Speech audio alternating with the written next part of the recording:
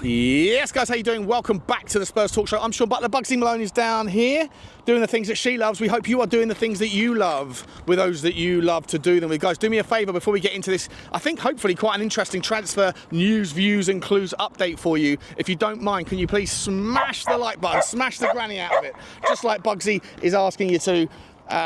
It really does help the channel. I asked you a couple of times over the last couple of days, and your like game is just getting stronger and stronger. I think yesterday's had 1,200 likes. It's so valuable to the channel, and I really am grateful for all of your support. Hopefully those likes can help other Tottenham fans find the channel, and maybe they'll enjoy this stuff as well. But thank you very much for all of your support. Hit the subscribe if you haven't already, hit the notification bell, and drop a comment. Let me know your thoughts on today's topics. Now, there's a few things to get through first, right? We've got to talk about Ryan Mason, talk about Destiny Udogie, we're talking about Jamie Gitton's, Ben Jacobs' takes on managerial updates, Mario's takes on our managerial updates.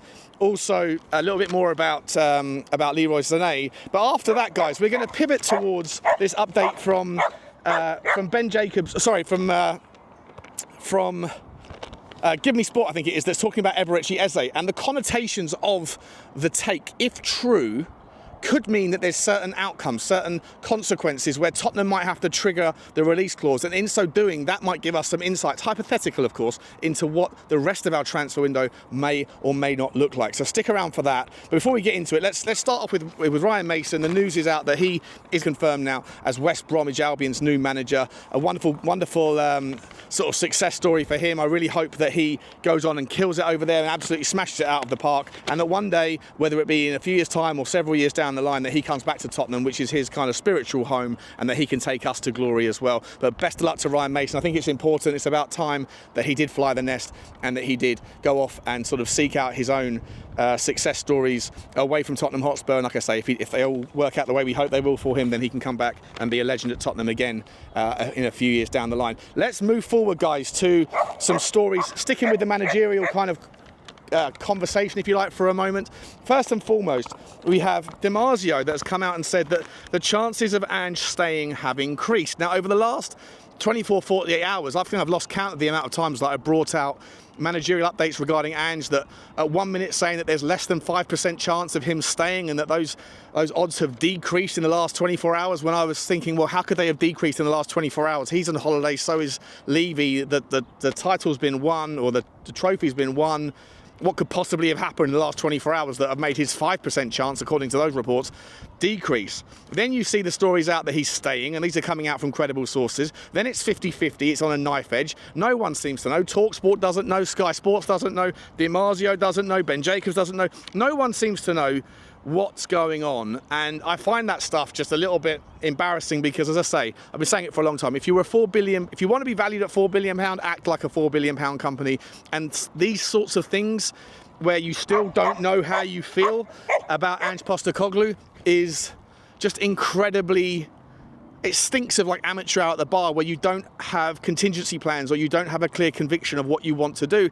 And it leads me down this path of thinking, look, first and foremost, I acknowledge that Daniel Levy's between a rock and a hard place on this one. If Daniel Levy is going to come out of this, whichever decision he makes, with any sort of credibility, then whichever decision he makes, they have to start the season well. If the season starts out with like a 4 in 10 win rate, and we're 10th in the league after 10 games, then it doesn't matter whether he changes or he sticks. If Ange is responsible for that, or if someone else is responsible for that, Daniel Levy gets the heat on him, because the argument will be, if it was a failed start to the season and it's a new manager, it will be, well, why did you change? He won us our trophy, our first trophy of this caliber in 40 years. You've ruined it. And if he doesn't change and he sticks with Ange and the same outcome happens, then he will be blamed with, why did you stick with Ange? The evidence was there to see. So it's kind of like a damned if you do, damned if you don't, regardless of what happens. If the start to the season is average or worse, the only way he comes away from this looking like he knows what he's doing is if whichever decision he lands on, we start the season well, and sort of 6 or 7 wins out of 10. That, to me, I think is going to be a struggle anyway, when you just look at the calibre of the transfer windows that are already starting to emerge elsewhere. And you know we're going to be playing against a couple of those sort of monster teams very early in the season. We always do. So it's a difficult conundrum for him. And I understand, I can empathise with the complexity of the challenge. But at the same time, you're the CEO for a reason. You should be able to know by now what you want to do. And the fact that all of the journalists, all of the top tier aggregators, all of the top tier kind of news reporters or pundits or TV media, none of them seem to know which way this is going to go. And that to me tells you one thing. If there's one thing we do know is that the journalists always find out eventually before the news is breaking, and the fact that we don't know or they don't know tells you that even Daniel Levy doesn't know, and it's really a little bit concerning. Anyway, let's move on, guys. This next story is from Ben Jacobs. He's saying that Zerbi of Marseille fame and ex-Brighton fame, he apparently is on Tottenham's managerial shortlist. And now Marseille is a team that usually does okay in the French league. They're one of the biggest teams in France, obviously, in Ligue 1. Last season they finished 8th. This season they finished 2nd. Still 24 points, I think it was, behind PSG. So a respectable position, but didn't really present any challenge. Unlike the year before, where Lens, under Will Still, I think it was, took PSG all the way to the last game of the season, where they finished, I think, 1 point behind PSG. So I think it was Will Still. But either way, it's definitely Lens. And so I'm not sure how much you can read into Marseille's revival, because the baseline was pretty poor. For them to finish 8th the season before, which is unusually average for them, then I'm not sure if you can sit there and say they're just returning to their usual perch, or whether they actually have transitioned and transformed into a team that is worth taking notice of. And De Zerbi, for sure, we should be familiar with his managerial style and his kind of personality, and whether we want him at Tottenham. I've asked a few of the guys on the stream last night. Most people were kind of turning their nose up and saying not really interested in De Zerbi. I personally think it would be a bit of a powder keg of a conflict in that dressing room, or in the managerial, in the boardroom, for example. I don't think that De Zerbi's style is the one that we've become used to seeing would get on too well with Daniel Levy. I think Johnny said once upon a time he'd have him round the throat before lunchtime. So that's the story. Ben Jacobs is saying De Zerbi, and that's a name that we haven't really spoken about too much, have we, in this kind of managerial sequence of news events. Anyway, let's move on from Ange, because we've got that story. Damasio saying that Ange is staying now. The chance of him staying is very much increased. Ben Jacobs is saying he's not sure, but De Zerbi for sure is on the shortlist. Very, very interesting. A quick update on Leroy Sane. Santa Una, he's a big journalist out. I'm not sure where he is. He said, but he's got millions of followers, and he seems to be tier 1 journalist. He says that Spurs for Sane is very much on, but it won't be complete until next week at the earliest.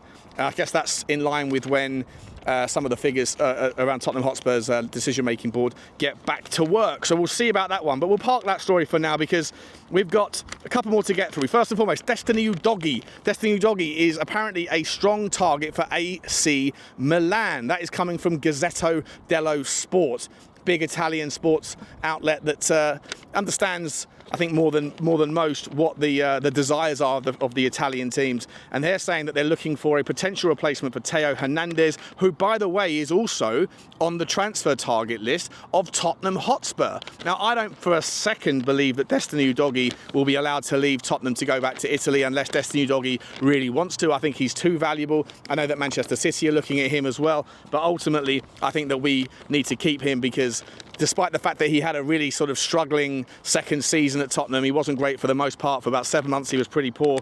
He was injured, obviously, for a few months of that. But when he came back, and then when he got his sort of got stuck back in, once his injury problems were behind him, towards the end of the season there, he became very much a useful part of the squad, especially in the Europa League. So I'd be very, very surprised if Tottenham were to look to cash in on him. But listen, there's money to be made, there's profit to be made, there's always a conversation. If the price is right, the price is right. I don't know what the price would be for Destiny Udogie, but I'm assuming probably £50 million or something. I don't know if AC Milan have that sort of money and have that sort of desire, and even could draw him if they wanted to. But they are looking for a potential replacement for Theo Hernandez, and Theo Hernandez allegedly is on the potential shortlist of people to come to Tottenham, as Tottenham are seeking out that fourth fullback that can also sometimes fill in as a left-sided, left-footed centre-back. And Theo Hernandez, for me, look, he might be slightly older, but he might be slightly off the boil from what the version of him that he was 2 or 3 years ago when we were playing against him in the Champions League, and before then when he was just one of the best in the world. At the end of the day, if Tottenham are to listen to Ange Postecoglou in his demands, and I think most fans' demands, to bring in some steel, some experience,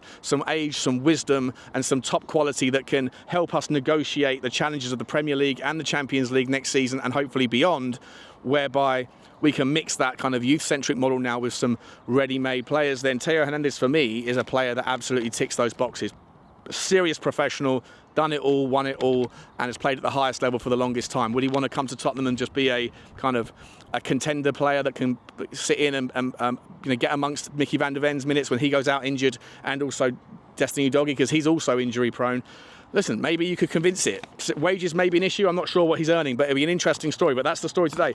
Destiny Udogie to AC Milan. Don't think it's going to happen. They want him to replace Theo Hernandez, but at the same time, Tottenham are also thinking about bringing back Theo Hernandez to Tottenham. Maybe Paratici might be the way to make that sort of story happen. Maybe that's the genesis of the story in the first place. I'm not sure. But is AC Milan going to deal with Fabio Paratici after they were turned down by Paratici to come back to Tottenham, allegedly, though that's not confirmed yet? It's all up in the air. It's almost incestuous, this whole relationship thing, isn't it? It's all very, very strange.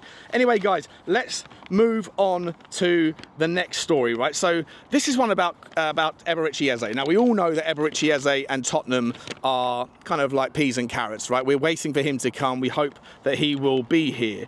Now, Tottenham don't want to pay the £68 million release fee. Obviously, no one does, because it's cash degenerative. It will ruin your ability to create other, or just the cash flow issues. Liquidity issues will be a massive struggle if you have to pay that guy, pay Crystal Palace for him in one lump sum. Those are the rules of that particular release fee. Now, what else is happening is that Tottenham apparently are willing to make a bid that includes cash and a player. This is coming out from Give Me Sport, and a few other places as well, echoing the same sentiments for what it's worth. And they're suggesting that Palace might be interested in getting onto the negotiating table if there was a player alongside the cash that would make it more willing for them to be able to not have to go down that kind of, we're forcing you to pay it all in one lump sum thing, because then they don't have to worry about having that cash to be able to do their own business. They might be able to do some of their business via that player swap situation. And one of the players that is named here is Manor Solomon, another one is Richie, and another one is Bissouma. All three players I would be okay with leaving the club, and all three players I think would be okay with moving to Crystal Palace, who are in Europa League. It's still in London. They all get to stay where they live currently, and I think it makes a lot of sense, to be entirely honest. Now, Manor Solomon is currently on the very shortest of shortlists at Leeds. They want him as their first signing. Leeds chairman come out and said that they're going to spend every penny they possibly can this summer to give them the best chances of staying up.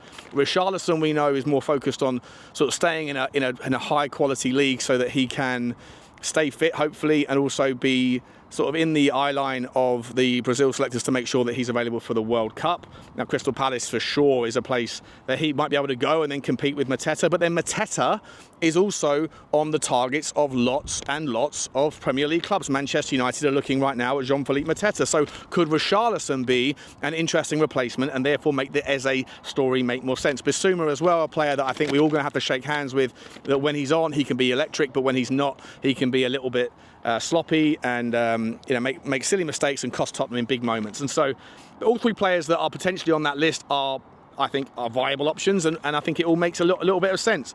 Here's the other part of the story, though. This is where we have to start to get a little bit creative. At the same time, Crystal Palace allegedly have started new contract talks with Eberechi Eze. I don't know if that's true, but this is the story that's out there. They're trying to sit him down, get him onto a higher wage to try and fend off Tottenham's interest, and also at the same time change, augment or remove that release fee so that Tottenham can't trigger it. That, in and of itself, could be, according to reports, and I'm going to speculate here and go on my own hypothesis, could be the rationale for Tottenham to have to trigger the release fee, because if they think that there's a chance that Eberechi Eze is happy at Palace and would take and be happy to stay if he was to get paid what he thinks he's worth, which maybe he isn't currently getting paid, which he could be getting paid at Tottenham, then will he sit down, sign a new contract, and then that deal is done? And it feels to me like Daniel Levy has identified, I think it feels to all of us, that Eze should be and will be, hopefully, a Tottenham player in the summer. And so if there's this threat of new contract talks with the removal of that kind of triggering zone of £68 million, then will that force Daniel Levy's hand to actually trigger the £68 million release fee? I'd highly doubt it, because he's just not that sort of guy that rolls over for negotiations. But if that's where he's hanging his hat and you do that, then what are the outcome and what are the consequences of that £68 million cash reduction? Well, it might mean the following. First and foremost, it might make negotiations on the players that you currently have on your list of players that are willing to be sold elsewhere. It might make those negotiations a little bit harder, because the fact that you're losing £68 million of your cash reserves, if there are even that much money in the cash reserves at the bank that is not already allocated to other things, it might make it a little bit more difficult to be able to say to people like Leeds, hey, listen, Manor Solomon, we agreed on £15 million, but I'm going to need all of that up front in the cash, because Leeds aren't going to want to do that, because then the knock-on effect, the domino effect of those sorts of things means that their cash flow is more limited, their ability to negotiate is more restricted. And so if Daniel Levy needs to find immediate cash into the system to be able to replace the cash that's going out for Eberechi Eze, then maybe they're going to have to take lesser money in order to get more of a lion's share of that money up front in a cash first instalment for the players that they want to sell. On top of that, so that's the first consideration, right? So you've got Manor Solomon on that bot, you've got Alejo Veliz potentially, you might have Bissouma, you might have Richalison, you might have Sonny. It might also increase the likelihood of asking Sonny to move to Saudi Arabia, because we need that kind of you scratch our back, we'll scratch your thing. We need that relationship where you hopefully can get a decent amount of money. Same for Richarlison as well, by the way. I'm just saying that there might be some consequences and connotations to having to put that money in the front load for Eberechi Eze that might make it more difficult for our own negotiations. It might also mean, guys, that we are then restricted in our ability, or it will mean we're restricted in our ability to spend big money elsewhere, and then it might force your hand to go into the world of those free transfers that still do make sense and still are available, where you can have the conversations with the agents around their fees and the players' signing fees and say, hey, listen, we want you to come, we'll pay you your wages, we'll pay you your fees, but because of our cash restrictions right now, because of our liquidity issues, can we kind of figure out the compensation strategy and the structure of those payments and those fees, whereby you get a little bit less in the front, but you get a lot more in the back. And that apple bottom jeans kind of vibe is something that I think might actually happen anyway with the likes of Jonathan David, with Leroy Sane, maybe with Kenny Tete, with Aino, the right back at Nottingham Forest, and also with Angel Gomez. All five of those players have been linked with Tottenham. All five of those players are out of contract. All five of those players are in positions that Tottenham need support and need help. And if we are limited with what else we can do in the traditional transfer market because of the cash flow restrictions that the Eberechi Eze triggering might present, then Tottenham may have to go into the free market, which isn't necessarily a bad thing for what it's worth. I think I'm very much on board Leroy Sane. I'm very much on board Jonathan David. I'm not massively on board the idea of Angel Gomez, but I can see the merit of it. He's certainly a very talented player, and he's homegrown, and all those things are important. And plus, you could sell him in the future, almost like the same thing with Manor Solomon. You get him on a free, you can sell him in the future for profit, and with the homegrown and the English tax, and that can be a later benefit, a sort of a delayed economic indicator, if you like, and a latent indicator. That, to me, is something where I think you'll see more and more activity, more and more action within the free market if Eberechi Eze does sit down for contract talks, and if the only way that Tottenham can then trigger it is by paying that fee in front initially before Crystal Palace can sign on the dotted line for a new contract. It all could be shenanigans, it all could be just methods. Crystal Palace might already be shaking hands with the idea that Crystal Palace is going to leave, but ultimately he is sitting down for negotiations in order to push Tottenham into that direction. Same thing with Leroy Sane. We don't know whether or not this whole thing with Pini Zahavi is actually just 4D chess to try to get Bayern Munich to pay more money. That was the story yesterday. The story today, according to Santi, like I already said, is that Tottenham are going to sign him. It's just a week away from it happening. That's it, guys. Let me know your thoughts on this one. Like, subscribe and comment. And as always, I'll see you tonight for a live stream, and we'll be on Football Link at 3 PM UK time for a roundup of what else is happening in the world of football. Please like, please subscribe, please comment. And by the way, also, if you do enjoy football stuff like this, but you want to do it through the audio version, this stuff is all on Spotify as well. Look up for Spurs Talk Show on Spotify, and soon to be on Apple Pods. Take care, guys. Cheers. Bye-bye.